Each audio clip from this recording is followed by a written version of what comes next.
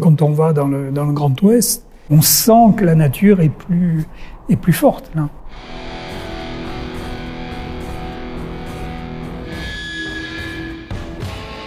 Pour moi, sauvage, c'était plutôt la notion de grands espaces et de grandes étendues. L'image que j'ai toujours en tête, hein, un feu style un gros feu de camp. Et ici, cette atmosphère et cette profondeur, entre guillemets, que j'ai essayé de traduire, avec des notes un petit peu plus cuirées, plus de notes de fond, en gardant toujours la signature, en l'habillant, l'arrondissant un petit peu plus, avec des notes vanille.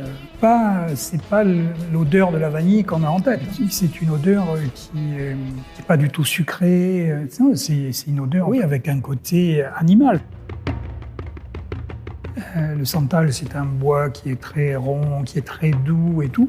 Mais il a une odeur qui nous touche un petit peu, qui nous parle un peu dans notre inconscient, une odeur que je qualifierais d'hormonale.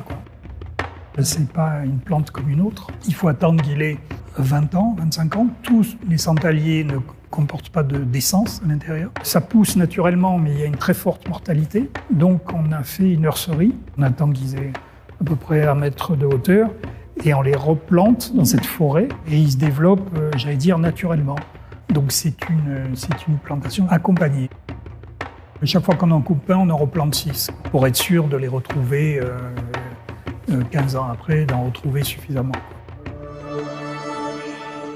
C'est un rapport qu'on devrait tous avoir avec la nature, c'est-à-dire à partir du moment où j'utilise des produits naturels, très égoïstement, mon intérêt c'est de les préserver et de les soigner.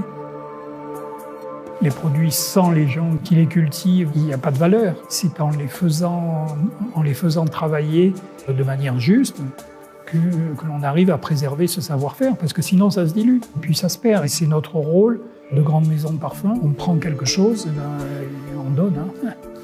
On dit c'est un échange, c'est pas je prends et puis je verrai bien.